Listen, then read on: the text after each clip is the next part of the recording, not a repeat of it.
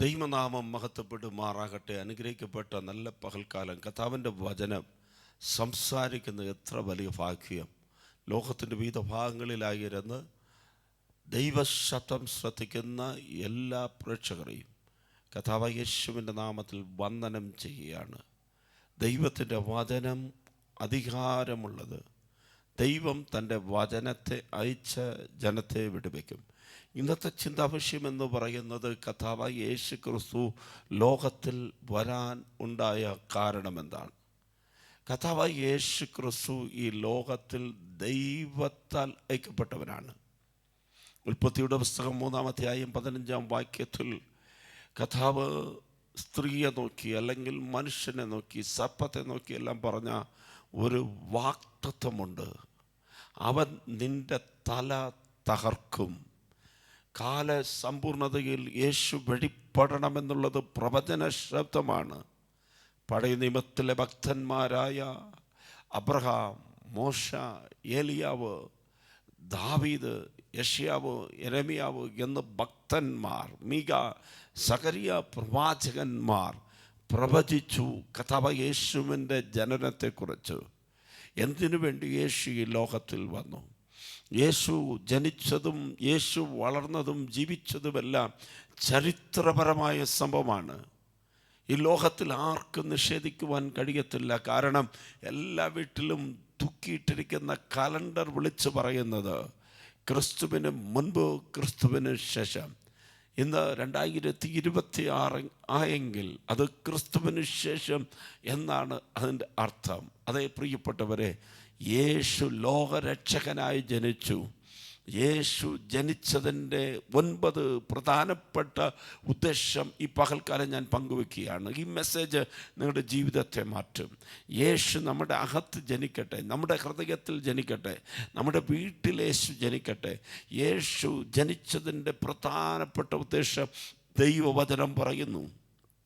1 തീമോഥെയോസിന്റെ ലേഖനം 1-15 ക്രിസ്തു യേശു പാപികളെ രക്ഷിപ്പാൻ ലോകത്തിൽ വന്നു എന്നുള്ളത് വിശ്വാസ്യവും എല്ലാവരും അംഗീകരിപ്പാൻ യോഗ്യവുമായ വചനം തന്നെ. ആ പാപികളിൽ ഞാൻ ഒന്നാമൻ. യേശു പാപികളെ രക്ഷിക്കുവാൻ ഈ ലോകത്തിൽ വന്നു. യേശു എന്ന വാക്കിൻ്റെ അർത്ഥം തന്നെ പാപത്തിൽ നിന്ന് ജനത്തെ രക്ഷിക്കുന്നവൻ. അതെ, രക്ഷയുടെ സന്ദേശം ഈ പകൽക്കാലം നമ്മുടെ ചെവികളിൽ വീഴട്ടെ. രക്ഷിക്കപ്പെടുവാൻ ആകാശത്തിൻ്റെ കീഴിൽ മനുഷ്യരുടെ ഇടയിൽ യേശു എന്ന നാമമല്ലാതെ മറ്റൊരു നാമം നൽകപ്പെട്ടിട്ടില്ല.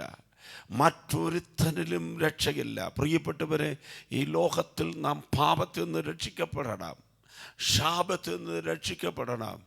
പാപം ചെയ്യുന്ന ഏത് വ്യക്തിയും ഒരു ദിവസം മരിക്കും. പാപത്തിൻ്റെ ശമ്പളം മരണമാണ്. ഈ പാപസ്വഭാവത്തിൽ നിന്ന് വിടുവിക്കുവാൻ യേശു അല്ലാതെ മറ്റാരെ കൊണ്ടും കഴിയത്തില്ല. അതുകൊണ്ടാണ് ദൈവവചനം പറയുന്നു, പാപികളെ രക്ഷിക്കുവാൻ യേശു ക്രിസ്തു ഈ ലോകത്തിൽ വന്നു. രണ്ടാമതായി, യേശു എന്തിനാ ഈ ലോകത്തിൽ വന്നത്? മർക്കോസിൻ്റെ സുവിശേഷം 10:45 നാം ഇപ്രകാരം വായിക്കുന്നു: മനുഷ്യപുത്രൻ ശുശ്രൂഷ ചെയ്യിപ്പാനല്ല, ശുശ്രൂഷിപ്പാനും അനേകർക്ക് വേണ്ടി തന്റെ ജീവനെ മറുവിലയായി കൊടുപ്പാനും അത്രേ വന്നത്. മനുഷ്യപുത്രൻ ഈ ലോകത്തിൽ വന്നത് അധികാരം ചെയ്യുവാൻ വേണ്ടിയിട്ടല്ല, ഒരു ഭരണം നടത്തുവാൻ വേണ്ടിയിട്ടല്ല, തൻ്റെ ജീവിതം കൊണ്ട് ഈ ലോകത്തിനൊരു മാതൃക കാണിക്കുവാൻ. പ്രിയപ്പെട്ടവരെ, ഒന്ന് ശ്രദ്ധിച്ചേ. ലോകത്തെ സൃഷ്ടിച്ച സകലത്തെയും ഉളവാക്കിയ യേശു ഈ ലോകത്തിൽ വന്നപ്പോൾ തൻ്റെ വാക്കുകൊണ്ട് സകലതും ചെയ്യുവാൻ യേശുവിന് കഴിയുമായിരുന്നു. എന്നാൽ ദാസൻ്റെ രൂപമെടുത്തിട്ട് ഒരു വെള്ളമെടുത്ത് അരകിൽ അവൻ തോർത്തെടുത്തുകൊണ്ട് ശിഷ്യന്മാരുടെ കാലുകളെ യേശു കഴുകി. കാരണം യേശു പഠിപ്പിച്ചതാണ് ശുശ്രൂഷ ചെയ്യുവാൻ. എന്തുകൊണ്ട് ക്രിസ്ത്യാനികൾ അല്ലെങ്കിൽ ദൈവത്തിൻ്റെ മക്കൾ അനേകരെ സഹായിക്കുന്നു, അനേകരെ ശുശ്രൂഷിക്കുന്നു? കാരണം യേശു പഠിപ്പിച്ചതാണ് ശുശ്രൂഷ എന്നുള്ളത്. മറ്റുള്ളവർക്ക് ആമേൻ ശുശ്രൂഷിക്കണം എന്നുള്ളത് ദൈവത്തിൻ്റെ ചിന്തയായിരുന്നു, അല്ലെങ്കിൽ ദൈവം പഠിപ്പിച്ചതായിരുന്നു. യേശു വന്നത് ശുശ്രൂഷ ചെയ്യിക്കുവാനല്ല, ശുശ്രൂഷ ചെയ്യുവാനും അനേകരെ ആമേൻ വീണ്ടെടുക്കുവാൻ വേണ്ടി. പ്രിയപ്പെട്ടവരെ, നമ്മുടെ ജീവിതത്തിൽ യേശു കാണിച്ച മാതൃക പ്രകാരം ശുശ്രൂഷ ചെയ്യുന്നവരായി തീരണം. അതുകൊണ്ടാണ് കൊലോസ്യ ലേഖനത്തിൽ പറയുന്നു, നിങ്ങൾ എന്ത് ചെയ്താലും മനുഷ്യർക്ക് എന്നല്ല, എല്ലാം ദൈവനാമത്തിൽ ചെയ്യണം. ദൈവത്തിന് വേണ്ടി. എന്നെ കാണുന്ന ഒരു കർത്താവുണ്ട്, ഞാനിത് ചെയ്യുന്നത് കർത്താവിന് വേണ്ടിയാണ്. വസ്ത്രമില്ലാതെ ഇരുന്നു, അല്ലെങ്കിൽ നഗ്നനായിരുന്നു, എന്നെ നിങ്ങൾ വസ്ത്രം ഉടുപ്പിച്ചു എന്ന് പറയുന്നത് പോലെ, ഞാൻ ദരിദ്രനായിരുന്നു, അല്ലെങ്കിൽ ഞാൻ തടവറയിലിരുന്നു, എന്നെ കാണുവാൻ വന്നു. തടവറയിൽ കിടക്കുന്നവർക്ക്, ഹോസ്പിറ്റലിൽ കിടക്കുന്നവർക്ക്, വസ്ത്രമില്ലാത്തവർക്ക്, അനാഥകൾക്ക്, വിധവകൾക്ക്, സാധുക്കൾക്ക്, ഈ ലോകത്തിലെ ഒന്നുമില്ലാത്തവർക്ക് ചെയ്യുന്ന ശുശ്രൂഷ എന്ന് പറയുന്നത് ക്രിസ്തുവിന് ചെയ്യുന്നതായിട്ടാണ് കർത്താവ് കാണിക്കുന്നത്. നാം ശുശ്രൂഷ ചെയ്യുന്നവരായി തീരുക. യേശു വന്നത് ശുശ്രൂഷ ചെയ്യുവാൻ വേണ്ടിയാണ്. ലൂക്കോസിൻ്റെ സുവിശേഷം 19-ാം അധ്യായത്തിൻ്റെ 10-ാം വാക്യം നാം വായിക്കുമ്പോൾ, വചനം പഠിക്കണം, വചനം പഠിക്കണം. വചനം നമ്മെ നിലനിർത്തും. വചനം നമ്മെ ജീവിതത്തിലേക്ക് കൊണ്ടുവരും. സക്കായിയുടെ ജീവിതത്തിലെ പശ്ചാത്തലത്തിൽ കർത്താവ് യേശു പ്രകാരം പറഞ്ഞു, കാണാതെ പോയതിനെ തിരിഞ്ഞു രക്ഷിപ്പാനല്ലോ മനുഷ്യപുത്രൻ വന്നത് എന്ന് പറഞ്ഞു. നഷ്ടപ്പെട്ടു പോയത്, ജീവിതത്തിൽ എന്തെല്ലാം ഇന്ന് നഷ്ടപ്പെട്ടു പോയിട്ടുണ്ട്. ചിലരുടെ ജീവിതത്തിൽ ആരോഗ്യം നഷ്ടപ്പെട്ടു പോയിട്ടുണ്ട്, ചിലർക്ക് സമാധാനം നഷ്ടപ്പെട്ടു പോയിട്ടുണ്ട്, ചിലർക്ക് മക്കളെ നഷ്ടപ്പെട്ടു പോയിട്ടുണ്ട്, ചിലർക്ക് സ്വത്തുക്കളെ നഷ്ടപ്പെട്ടു പോയിട്ടുണ്ട്. ആമേൻ. എൻ്റെ അടുത്തൊരു ദൈവദാസൻ നിന്നുണ്ട്. അദ്ദേഹം പറഞ്ഞു, 2002 ജീവിതത്തിലെല്ലാം നഷ്ടപ്പെട്ടു. എന്നാൽ യേശുവിനെ തിരിച്ചറിഞ്ഞപ്പോൾ, യേശുവിന് വേണ്ടി ജീവിതം സമർപ്പിച്ചപ്പോൾ, അഭിഷേകം പ്രാപിച്ചപ്പോൾ 7 വർഷത്തിനകം എന്തെല്ലാം നഷ്ടപ്പെട്ടു, എല്ലാം ദൈവം മടക്കി തന്നു. അതെ, നഷ്ടപ്പെട്ടതിനെ മടക്കി തരുന്ന കർത്താവ്. നായിൻ പട്ടണത്തിൽ ഒരു വിധവയ്ക്ക് നഷ്ടപ്പെട്ടത് അവൻ്റെ മകനായിരുന്നു. ആ മകനെ ഹല്ലേലൂയ സ്തോത്രം ശവപ്പെട്ടിയിൽ വെച്ച് അടക്കം ചെയ്യുവാൻ കൊണ്ടുപോകുമ്പോൾ യേശു നിന്ന് ശവമഞ്ചത്തെ തൊട്ടു. നഷ്ടപ്പെട്ട ആ മകനെ ജീവനോടുകൂടെ കർത്താവ് നൽകി. ലാസർ മരിച്ചു പോയപ്പോൾ 4 ദിവസമാകും നാറുമെന്ന് പറഞ്ഞ വിഷയത്തിൽ യേശു ലാസറുവെ പുറത്തു വരിക എന്ന ശബ്ദത്തിൽ മരിച്ചവൻ ജീവനോടുകൂടി എഴുന്നേറ്റ് വന്നു. പ്രിയപ്പെട്ടവരെ, ജീവിതത്തിൽ എന്തെങ്കിലും നഷ്ടപ്പെട്ടു പോയിട്ടുണ്ടോ? ആരോഗ്യം നഷ്ടപ്പെട്ടു പോയിട്ടുണ്ടോ? സമാധാനം നഷ്ടപ്പെട്ടു പോയിട്ടുണ്ടോ? ഉറ്റവരെ ഉടയവരെ നഷ്ടപ്പെട്ടു പോയിട്ടുണ്ടോ? അല്ലെങ്കിൽ ധനമോ സ്വത്തോ ഹല്ലേലൂയ പേരോ പ്രശസ്തിയോ നഷ്ടപ്പെട്ടു പോയിട്ടുണ്ടോ? കാണാതെ പോയതിനെ തിരഞ്ഞ് രക്ഷിക്കുവാനാണ് കർത്താവായ യേശു വന്നിരിക്കുന്നത്. യോഹന്നാന്റെ സുവിശേഷം 14-ാം അധ്യായത്തിൻ്റെ 27-ാമത്തെ വാക്യം വായിക്കുമ്പോൾ, സമാധാനം ഞാൻ നിങ്ങൾക്ക് തന്നേച്ചു പോകുന്നു, സമാധാനം ഞാൻ നിങ്ങൾക്ക് തന്നേച്ചു പോകുന്നു, എന്റെ സമാധാനം ഞാൻ നിങ്ങൾക്ക് തരുന്നു, എന്റെ സമാധാനം ഞാൻ നിങ്ങൾക്ക് തരുന്നു. യേശു വന്നതിൻ്റെ ലക്ഷ്യം എന്താണ്? സമാധാനമില്ലാത്തവർക്ക് സമാധാനം തരുവാൻ. ഈ ലോകത്തിലെ മൾട്ടി സ്പെഷ്യാലിറ്റി ഹോസ്പിറ്റലിൽ ചെന്നാൽ സമാധാനം കിട്ടത്തില്ല. സൂപ്പർ മാർക്കറ്റിലോ ഹൈപ്പർ മാർക്കറ്റിലോ ചെന്നാൽ സമാധാനം കിട്ടത്തില്ല. രാഷ്ട്രീയ നേതാക്കന്മാരെ കൊണ്ട് സമാധാനം തരുവാൻ കഴിയത്തില്ല. സിനിമയ്ക്കോ ഹല്ലേലൂയ ഈ ലോകത്തിലെ മയക്കുമരുന്നിനോ സമാധാനം തരുവാൻ കഴിയത്തില്ല. പലരും അല്പനേര സമാധാനത്തിന് വേണ്ടി മദ്യപാനികളായി മാറുകയാണ്, മയക്കുമരുന്നിന് അടിമപ്പെട്ടു പോകുന്നു. എന്നാൽ ഉള്ള സമാധാനമെല്ലാം നഷ്ടപ്പെട്ടു പോയി ജീവിതത്തിൽ സ്വസ്ഥതയില്ലാതെ അലയുന്നവരാണ്. എന്നെ കേൾക്കുന്ന പ്രിയപ്പെട്ടവരെ, ഈ ലോകം സമാധാനം തരത്തില്ല. ബന്ധുക്കളിൽ നിന്നോ ചാർച്ചക്കാരിൽ നിന്നോ സ്നേഹിതന്മാരിൽ നിന്നോ അയൽപക്കക്കാരിൽ നിന്നോ സമാധാനം ലഭിക്കാതിരിക്കുമ്പോൾ സമാധാനം നൽകുന്ന ഒരേ ഒരു ദൈവമുണ്ട്, കർത്താവായ യേശു ക്രിസ്തു. ആമേൻ. ഹൃദയം തുറന്നൊന്ന് പറയണം, കർത്താവേ എൻ്റെ വീട്ടിലേക്ക് വരണമേ. ഞാൻ ആത്മാവിൽ വിളിച്ചു പറയട്ടെ, സ്വസ്ഥതയില്ലാത്ത ഭവനങ്ങളിലേക്ക് യേശു വരുമ്പോൾ സ്വസ്ഥത ഉണ്ടാകും, അടിപിടികൾ മാറും, ആത്മഹത്യയുടെ സ്പിരിറ്റുകൾ വിട്ടുമാറിപ്പോകും. ഹല്ലേലൂയ. ബന്ധനങ്ങൾ അടിയും. ജീവിതത്തിൽ ഹല്ലേലൂയ മദ്യപാനം കൊണ്ട് ഹല്ലേലൂയ തകർന്നിരിക്കുന്ന കുടുംബമാണോ? മക്കളെ കൊണ്ട് സമാധാനം സമാധാനമില്ലാതെ ജീവിക്കുന്ന മാതാപിതാക്കളാണോ? ഹല്ലേലൂയ. കർത്താവായ യേശുവിനാൽ അസാധ്യമായത് ഒന്നുമില്ല. വിശ്വസിക്കുക, നീ ദൈവത്തിൻ്റെ മഹത്വം കാണും. ഹല്ലേലൂയ. സമാധാനമില്ലാത്തവർക്ക് കർത്താവ് സമാധാനം തരുന്നു. ആമേൻ. മത്തായിയുടെ സുവിശേഷം ആമേൻ 11-ാം അധ്യായത്തിൻ്റെ 28-29 വാക്യങ്ങൾ സുവിശേഷ പ്രസംഗങ്ങളിലെല്ലാം വിളിച്ചു പറയുന്ന ഒരു വാക്യമാണ്. നാം വായിച്ചു കേൾക്കാം. അധ്വാനിക്കുന്നവരും ഭാരം ചുമക്കുന്നവരുമായുള്ളവരെ എല്ലാവരും എൻ്റെ അടുക്കൽ വരുവിൻ, ഞാൻ നിങ്ങളെ ആശ്വസിപ്പിക്കും. ഞാൻ നിങ്ങളെ ആശ്വസിപ്പിക്കും. ഈ ലോകത്തിൽ ആർക്കും നമ്മെ ആശ്വസിപ്പിക്കുവാൻ കഴിയാതിരിക്കുമ്പോൾ കർത്താവായ യേശു ക്രിസ്തു ഈ ലോകത്തിൽ വന്നത് ആശ്വാസം തരുവാൻ. ആശ്വാസമില്ലാതെ ജീവിക്കുന്നവരാണോ നാം? ആമേൻ. നമുക്കെല്ലാം ഒരുപാട് ഭാരങ്ങളാണ്. ആമേൻ. വചനം പറയുന്നത് പോലെ അധ്വാനിക്കുന്നവർ പകൽ മുഴുവനും അധ്വാനിക്കുന്നു, രാത്രി മുഴുവനും അധ്വാനിക്കുന്നു. ഗൾഫ് രാജ്യങ്ങളിൽ പോയി ജോലി ചെയ്ത് 8 മണിക്കൂർ 10 മണിക്കൂർ 12 മണിക്കൂർ അധ്വാനിക്കുന്നവരുണ്ട്. ജീവിതത്തിലെ ഹാളിൽ 2 അറ്റങ്ങൾ കൂട്ടിമുട്ടുവാൻ വേണ്ടി ആമേൻ രാവിലെ മുതൽ രാത്രി വരെ പല ജോലികൾ മാറി മാറി ചെയ്യുന്നവരാണ്. ഒരു ഭാഗത്തിൽ അധ്വാനിക്കുന്നു, മറ്റൊരു ഭാഗം കുടുംബഭാരം, മക്കളെക്കുറിച്ചുള്ള ഭാരം, രോഗഭാരം, കടഭാരം. ഹല്ലേലൂയ. വീട് പണിയണം, മക്കളെ പഠിപ്പിക്കണം, മക്കളെ കെട്ടിപ്പിക്കണം എന്നെല്ലാം പല ഭാരങ്ങൾ. ശുശ്രൂഷ ചെയ്യുന്നവർക്ക് ആത്മാക്കളെക്കുറിച്ചുള്ള ഭാരം ചുമക്കുന്നവരാണോ? നിങ്ങളേവരും എൻ്റെ അടുക്കിലേക്ക് വരുവേൻ. കർത്താവായ യേശു ക്രിസ്തു ആശ്വാസത്തിൻ്റെ ദായകൻ. 2 കരം നീട്ടി ഈ പകൽക്കാലം നമ്മെ വിളിക്കുകയാണ്. ദൈവപാദപീഠത്തിൽ വരുന്നവർക്ക് കർത്താവ് ആശ്വാസം തരും. ഞാൻ പറഞ്ഞ കാര്യങ്ങൾ ഒന്നുകൂടെ വേഗത്തിൽ പറയട്ടെ. പാപികളെ രക്ഷിക്കുവാൻ കർത്താവായ യേശു ക്രിസ്തു ലോകത്തിൽ വന്നു. ആമേൻ. ശുശ്രൂഷ ചെയ്യേണ്ടതിന് വേണ്ടി കർത്താവായ യേശു ക്രിസ്തു ലോകത്തിൽ വന്നു. കാണാതെ പോയതിനെ തിരഞ്ഞ് രക്ഷിക്കുവാൻ യേശു ലോകത്തിൽ വന്നു. സമാധാനം തരുവാൻ യേശു ലോകത്തിൽ വന്നു. ആശ്വാസം തരുവാൻ വേണ്ടിയാണ് കർത്താവായ യേശു ക്രിസ്തു ലോകത്തിൽ വന്നത്. ലൂക്കോസിൻ്റെ സുവിശേഷം 2-ാം അധ്യായം 10-ാം വാക്യം പറയുന്നു, ദൂതൻ അവരോട്, ഭയപ്പെടേണ്ട, സർവ്വജനത്തിനും ഉണ്ടാവാനുള്ളൊരു മഹാസന്തോഷം ഞാൻ നിങ്ങളോട് യേശു വന്നത് സുവിശേഷിക്കുന്നു. മഹാസന്തോഷം തരുവാൻ. യേശു വന്ന ഹൃദയം സന്തോഷമുള്ളതാണ്.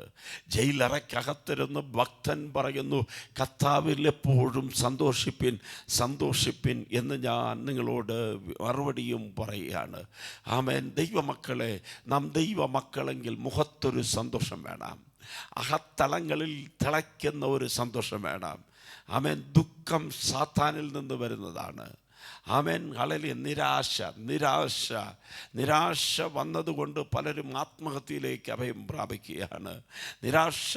ആമേൻ. മറ്റുള്ളവരോട് സംസാരിക്കുവാൻ കഴിയാതെ മൈൻഡ് ഫ്രീ ഇല്ലാതിരിക്കുകയാണ്. ചിലരോടൊക്കെ ദൈവാത്മാവ് ഈ പകൽക്കാലം പറയുന്നു, കർത്താവ് ഹൃദയത്തിൽ വരുമ്പോൾ ഒരു ലൈറ്റ് ഇടുമ്പോൾ വീട്ടിൻ്റെ അകത്തുള്ള ഇരുട്ട് മാറിയതുപോലെ അന്ധകാരങ്ങൾ മാറും. യേശു വന്ന വീട്ടിൻ്റെ അകത്തും ഹൃദയം ഭാരം കൊണ്ട് നിറഞ്ഞതായിരിക്കത്തില്ല, ഇരുളുകൊണ്ട് നിറഞ്ഞതായിരിക്കത്തില്ല, നിരാശ കൊണ്ട് വേദന കൊണ്ട് നിറഞ്ഞതായിരിക്കത്തില്ല.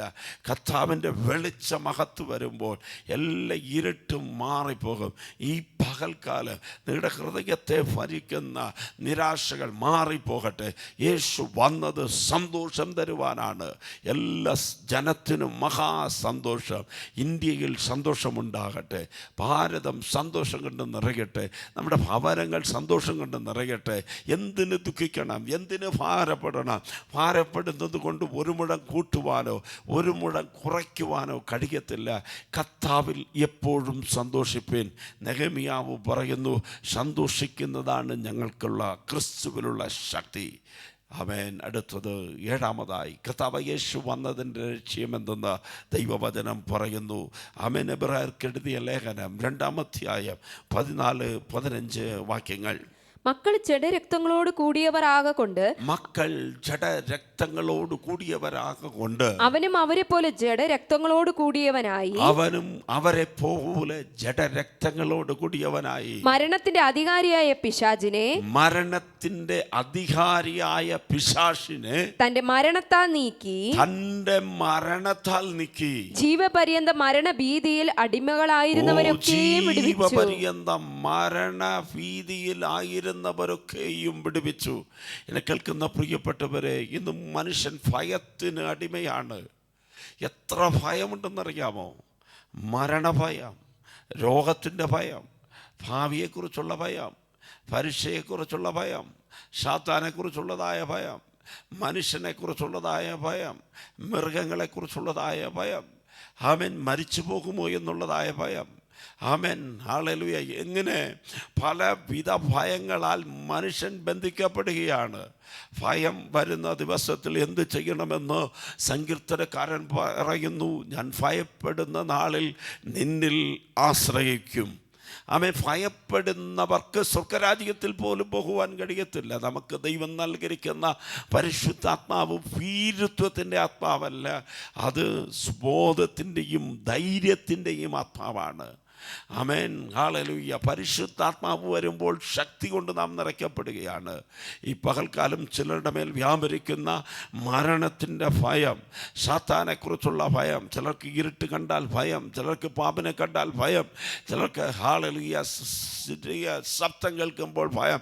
ഈ ഭയം കൊണ്ട് ഒന്നും ചെയ്യുവാൻ കഴിയാതെ ബന്ധിക്കപ്പെട്ടിരിക്കുകയാണ്. സാത്താൻ ഭയത്താൽ മനുഷ്യനെ ആമേൻ ബന്ധിച്ചു കെട്ടുമ്പോൾ കർത്താവിൻ്റെ വചനം പറയുന്നു, ജീവകാലമെല്ലാം മരണഭയത്തിലായിരുന്നവരെ വിടുവിക്കേണ്ടതിന് ഈ പകൽക്കാലം നിങ്ങളുടെ മേൽ വ്യാപരിക്കുന്ന മരണത്തിൻ്റെ ഭയം, രോഗത്തിൻ്റെ ഭയം, ഹല്ലേലൂയ, ഭാവിയെക്കുറിച്ചുള്ളതായ ഭയം, വെറുതെ ഇരിക്കുമ്പോൾ ആക്സിഡൻറ്റ് നടക്കുമോ എന്നുള്ള ചിന്ത, വീണു പോകുമോ എന്നുള്ള ചിന്ത, ഹല്ലേലൂയ, ബലഹീനനായി പോകുമോ എന്നുള്ള ചിന്ത, ആ ചിന്തയ്ക്കകത്ത് വ്യാപരിക്കുന്ന ദുഷ്ടശക്തികൾ യേശുവിൻ്റെ നാമത്തിൽ കീഴ്പ്പെടട്ടെ, വിട്ടുമാറി പോകട്ടെ. അവൻ യേശു വന്നത് ഭയത്താൽ ബന്ധിക്കപ്പെട്ടവരെ വിടുവിക്കുവാൻ. കർത്താവിൻ്റെ ശക്തി ജീവിതത്തിൽ വരുമ്പോൾ, വചനം ജീവിതത്തിൽ വരുമ്പോൾ, പരിശുദ്ധാത്മാവിൻ്റെ ശക്തി ജീവിതത്തിലേക്ക് വരുമ്പോൾ ഭയത്തിൻ്റെ ബന്ധനങ്ങളിൽ നിന്ന് കർത്താവ് വിടുവിക്കുകയാണ്. 1 യോഹന്നാന്റെ പുസ്തകം 3-ാം അധ്യായം 8-ാമത്തെ വാക്യം വായിക്കുമ്പോൾ മനോഹരമായ ഒരു വാക്യം നിങ്ങൾ കുറിച്ചു വയ്ക്കണം. ഇത് വേദപുസ്തകത്തിൽ അടയാളപ്പെടുത്തണം. കൂടെ കൂടെ ഈ വാക്യമൊന്ന് പറയണം. നിങ്ങളുടെ ജീവിതത്തിലുള്ള പ്രതികൂലത്തിൻ്റെ നടുവിൽ ദൈവത്തിൻ്റെ വചനം നിങ്ങളോട് സംസാരിക്കും. നമുക്കൊരുമിച്ച് വായിക്കാം. പാപം ചെയ്യുന്നവൻ പിശാചിന്റെ മകനാകുന്നു. പാപം ചെയ്യുന്നവൻ പിശാചിന്റെ മകനാകുന്നു. പിശാച് ആദ്യം മുതൽ പാപം ചെയ്യുന്നുവല്ലോ. പിശാച് ആദ്യം മുതൽ പാപം ചെയ്യുന്നുവല്ലോ. പിശാചിന്റെ പ്രവൃത്തികളെ അഴിപ്പാൻ തന്നെ ദൈവപുത്രൻ പ്രത്യക്ഷനായി. മന്ത്രവാദമെന്ന, ആവിചാരമെന്ന, സൂത്രപ്രയോഗമെന്ന പിശാചിന്റെ പ്രവർത്തികൾ, പാപത്തിലേക്ക് ജനത്തെ നടത്തുന്ന, മദ്യപാനത്തിലേക്ക്, മയക്കുമരുന്നിലേക്ക്, വ്യഭിചാരത്തിലേക്ക്, അശുദ്ധിയിലേക്ക്, കള്ളത്തരങ്ങളിലേക്ക്, നുണയിലേക്ക്, തന്ത്രങ്ങളിലേക്ക് നടത്തുന്ന പിശാചിൻ്റെ പ്രവർത്തികൾ, ഇത് അടിക്കുവാൻ വേണ്ടിയാണ് കർത്താവായ യേശു ക്രിസ്തു വന്നത്. കഴിഞ്ഞ ദിവസം ഞങ്ങൾ മിനിസ്ട്രിക്ക് വേണ്ടി പോയ സ്ഥലത്ത് ഒരു സഹോദരനെ ചങ്ങലകളാൽ ബന്ധിച്ചു കൊണ്ടുവന്നിരിക്കുകയാണ്. അദ്ദേഹത്തിൻ്റെ കൈ രണ്ടും ചങ്ങല കൊണ്ട് ബന്ധിക്കപ്പെട്ടിരിക്കുന്നു. കഴുത്തിൽ ചങ്ങല, ശരീരം മൊത്തം ചങ്ങല, 2 കാലും ചേർത്ത് ചങ്ങല കൊണ്ട് ബന്ധിച്ച് 8 പൂട്ടുകൊണ്ട് പൂട്ടിയിരിക്കുകയാണ്. എന്തുകൊണ്ടാണ് ചങ്ങല കൊണ്ട് പൂട്ടിയിരിക്കുന്നത്? ഉപദ്രവിക്കുന്നു, മനുഷ്യനെ ഉപദ്രവിക്കുന്നു, ഭാര്യ മക്കളെ ഉപദ്രവിക്കുന്നു, പിടിച്ചു കെട്ടുവാൻ കഴിയുന്നില്ല. അദ്ദേഹത്തിന് സുബോധമില്ല, സംസാര ശക്തിയില്ല. ആമേൻ. അദ്ദേഹത്തിൻ്റെ കുടുംബം മുഴുവനും വിഗ്രഹങ്ങളെ ആരാധിച്ച്, ആമേൻ, ലോകപരമായി ജീവിച്ച് അന്ധകാര ശക്തിയാൽ ബന്ധിക്കപ്പെട്ടവർ ആരെക്കൊണ്ട് ഈ മനുഷ്യനെ വിടുവിക്കുവാൻ കഴിയും? പ്രിയപ്പെട്ടവരെ, ദൈവവചനം പറയുന്നു, പിശാചിൻ്റെ പ്രവർത്തികളെ അടിക്കുവാൻ വേണ്ടിയാണ് കർത്താവായ യേശു ക്രിസ്തു വന്നത്. ലൂക്കോസിൻ്റെ സുവിശേഷത്തിൽ കർത്താവിൻ്റെ വചനം പ്രകാരം വെളിപ്പെട്ടു. സർപ്പങ്ങളെ മിതിക്കുവാൻ, തേളുകളെ ചവിട്ടുവാൻ, ശത്രുവിൻ്റെ സകല ബലത്തെ ജയിക്കുവാൻ അധികാരം നൽകിയിരിക്കുന്നു. ദൈവദാസന്മാർ ചേർന്ന് ഞങ്ങൾ പ്രാർത്ഥിച്ചു. അദ്ദേഹത്തിൻ്റെ മേൽ വ്യാപരിച്ച ദുർഭൂത ശക്തികളിൽ നിന്ന് കർത്താവ് വിടുവിച്ചു. ബന്ധനങ്ങൾ അടിക്കപ്പെട്ടു. അതെ, ബന്ധനങ്ങൾ ഈ പകൽക്കാലം അടിയട്ടെ. പിശാചിൻ്റെ പ്രവൃത്തികൾ എങ്ങനെ അടിയും? വചനം കേൾക്കുമ്പോൾ വചനത്താൽ പിശാചിൻ്റെ പ്രവൃത്തികൾ അടിക്കപ്പെടും. യേശുവിൻ്റെ രക്തത്താൽ പിശാചിൻ്റെ പ്രവൃത്തികൾ അടിക്കപ്പെടും. യേശുവിൻ്റെ നാമത്താൽ പിശാചിൻ്റെ പ്രവൃത്തികൾ അടിക്കപ്പെടും. പരിശുദ്ധാത്മാവിൻ്റെ ശക്തി വരുമ്പോൾ, ആത്മാവിൽ ആരാധിക്കുമ്പോൾ ബന്ധനങ്ങൾ അടിയും. പൗലോസും ശീലാസും കാരാഗൃഹത്തിൽ അർത്ഥപ്രാണരായി കിടക്കുന്നവരാണ്. എന്നാൽ ആത്മാവിൽ ആരാധിച്ചു.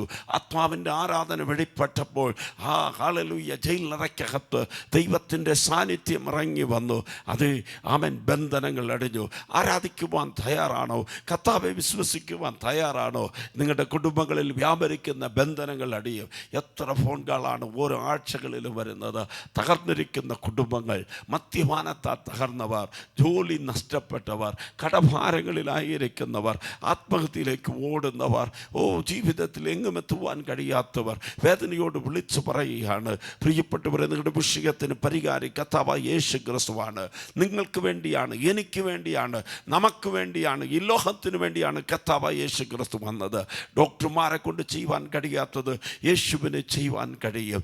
പണത്താൽ ചെയ്യുവാൻ കഴിയാത്തത് യേശുവിനാൽ ചെയ്യുവാൻ കഴിയും. അധികാര വർക്കത്താൽ അല്ലെങ്കിൽ അധികാരികളാൽ ചെയ്യുവാൻ കഴിയാത്തത് യേശുവിനെ കൊണ്ട് ചെയ്യുവാൻ കഴിയും. യേശു വന്നത് പാപികളെ രക്ഷിക്കുവാൻ, യേശു വന്നത് ശുശ്രൂഷ ചെയ്യുവാൻ, യേശു വന്നത് അവൻ നഷ്ടപ്പെട്ടതിനെ മടക്കി തരുവാൻ, യേശു ഈ ലോകത്തിൽ വന്നത് സമാധാനം തരുവാൻ, യേശു അവൻ ഈ ലോകത്തിൽ വന്നത് ആശ്വാസം തരുവാൻ.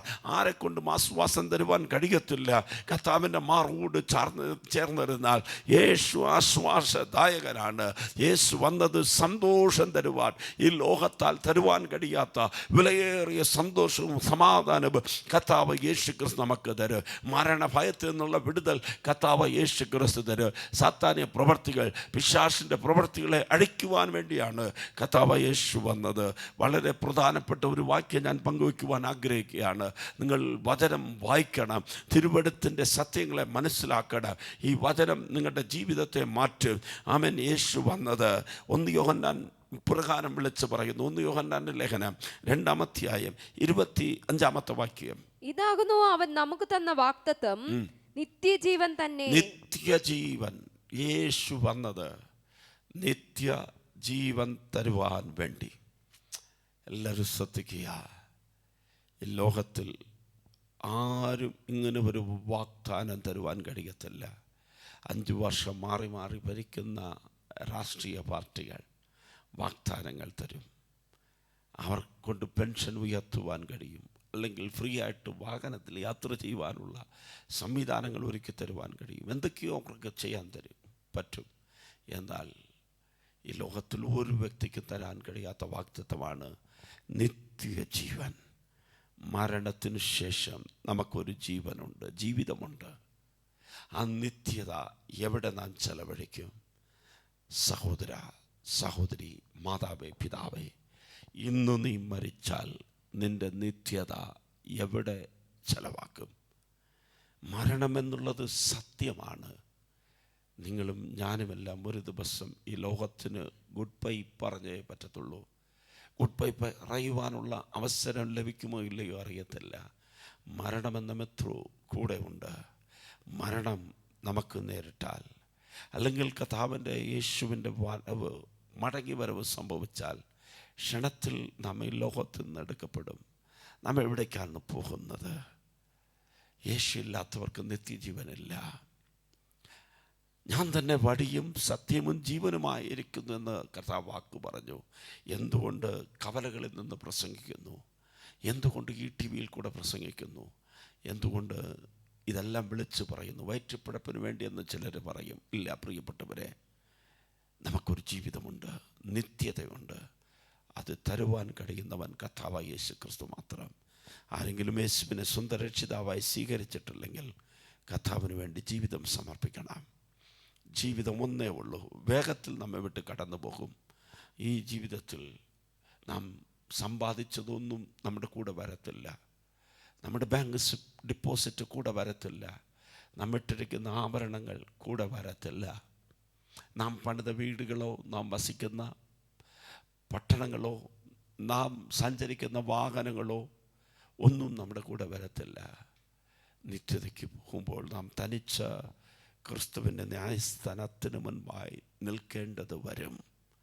അത് സംഭവിക്കുമ്പോൾ നിത്യജീവൻ ലഭിക്കണമെങ്കിൽ ക്രിസ്തു ഉള്ള ജീവിതം. ഇന്ന് നമ്മുടെ പേര് ക്രിസ്ത്യാനിയായിരിക്കാം. ക്രിസ്തു നമ്മുടെ അകത്തുണ്ടോ? ഒന്ന് സ്വയപരിശോധന ചെയ്ത് യേശു വന്നതിൻ്റെ 9 പ്രധാനപ്പെട്ട കാരണങ്ങൾ ഞാൻ പറഞ്ഞു. പാപത്തിലുള്ള കർത്താവ് രക്ഷ തരും. ശാപത്തിൽ കിടക്കുകയാണ്, ബന്ധനത്തിൽ കിടക്കുകയാണ്, ഭയത്തിൽ കിടക്കുകയാണോ, കർത്താവ് നമ്മെ വിടുവിക്കും. സമാധാനവും സന്തോഷവും ആശ്വാസവും ഇല്ലാത്തവരാണോ, കർത്താവ് തരും. ഈ പകൽക്കാലം കർത്താവ് യേശുവിനോടുകൂടെ ചേർന്ന് ജീവിക്കുവാൻ, കർത്താവിന് വേണ്ടി ജീവിക്കുവാൻ സ്വർഗത്തിലെ ദൈവം നമ്മെ സഹായിക്കുമാറാകട്ടെ. ഈ വചനങ്ങളാൽ ദൈവം നിങ്ങളെ അനുഗ്രഹിക്കട്ടെ. ഞങ്ങൾ നിങ്ങൾക്ക് വേണ്ടി പ്രാർത്ഥിക്കുവാൻ പോവുകയാണ്. പ്രിയപ്പെട്ടവരെ, വാഗമണ്ണിൽ ഈ മാസം, അതായത് ജൂൺ 12-ാം തീയതി മുതൽ ജൂലൈ മാസം 12-ാം തീയതി വരെ 21 ദിവസത്തിൻ്റെ ഉപവാസ പ്രാർത്ഥന നടക്കുകയാണ്. ഈ പ്രാർത്ഥനയിൽ നിങ്ങൾക്കും പങ്കാളികളാകാം. ഉപവാസ പ്രാർത്ഥന ഒരു അനുഗ്രഹമായി തീരും. നിങ്ങൾക്ക് വേണ്ടി ഞങ്ങൾ ആ ഉപവാസ പ്രാർത്ഥനയിൽ പ്രാർത്ഥിക്കുന്നുണ്ട്. സഭ ഒന്നടങ്കം ഉപവസിച്ച് പ്രാർത്ഥിക്കുമ്പോൾ നിങ്ങൾക്ക് വന്ന് ഒരു ദിവസം ഒരു നേരം പങ്കെടുക്കുവാൻ താല്പര്യമുണ്ടെങ്കിൽ കടന്നു വരാം. പ്രാർത്ഥനാ വിഷയങ്ങൾ ഞങ്ങളുമായി പങ്കുവയ്ക്കാം. സഭയായി കുടുംബമായി ഞങ്ങൾ പ്രാർത്ഥിക്കുകയാണ്. അവൻ ഇന്നലെ മുതൽ ആരംഭിച്ച ഈ പ്രാർത്ഥന വരുന്ന ജൂലൈ മാസം 12-ാം തീയതി വരെ നടക്കുകയാണ്. അവൻ നിങ്ങളെ ഞങ്ങൾ ഹാർദമായി സ്വാഗതം ചെയ്യുന്നു. പ്രാർത്ഥനാ വിഷയങ്ങൾ ഏതുണ്ടായാലും വിളിച്ചു പറയാം. ഞങ്ങൾ നിങ്ങൾക്ക് വേണ്ടി പ്രാർത്ഥിക്കും. കർത്താവിൻ്റെ പ്രവൃത്തി വേഗത്തിൽ വെളിപ്പെടും. ക്രിസ്തു വന്ന ഉദ്ദേശം നമ്മുടെ ജീവിതത്തിൽ നിന്ന് ബന്ധീകരിക്കപ്പെടട്ടെ. നമുക്കൊരുമിച്ച് പ്രാർത്ഥിക്കാമോ? കണ്ണുകളടയ്ക്കാം. നിങ്ങളായിരിക്കുന്ന സ്ഥലത്ത് യേശുവിൻ്റെ ഹൃദയത്തിൽ വരണമേ. യേശു ഈ ലോകത്തിൽ വന്നു. യേശു ഇന്നും ജീവനോടുകൂടെ ഇരിക്കുന്നു. ഇന്നലെ ഇന്നും എന്നേക്കും കർത്താവ് അനന്യനാണ്. യേശുവിൻ്റെ സാന്നിധ്യം അനുഭവിച്ചുകൊണ്ട് നമുക്ക് പ്രാർത്ഥിക്കാം.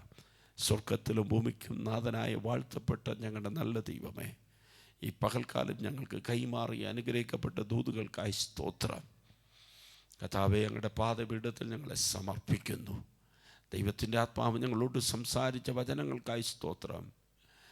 അപ്പാ, ഞങ്ങളുടെ ഹൃദയത്തിൽ വരണമേ. ആശ്വാസം തരുവാൻ വേണ്ടി ഞങ്ങളുടെ ഹൃദയത്തിൽ വരണമേ. ഞങ്ങളുടെ ഭാരങ്ങളെ, ദുഃഖങ്ങളെ കർത്താവ് എടുത്തു മാറ്റണമേ. പാപത്തിൽ നിന്ന്, ശാപത്തിൽ നിന്ന്, പൈശാചിക ശക്തിയിൽ നിന്ന് വിടുവിക്കുവാൻ ഞങ്ങളുടെ ജീവിതത്തിൽ വരണമേ. പിശാചിൻ്റെ പ്രവൃത്തികളെ അടിക്കുവാൻ വേണ്ടി ഞങ്ങളുടെ ജീവിതത്തിൽ കടന്നു വരണമേ. നിത്യജീവൻ നൽകുവാൻ വരണമേ.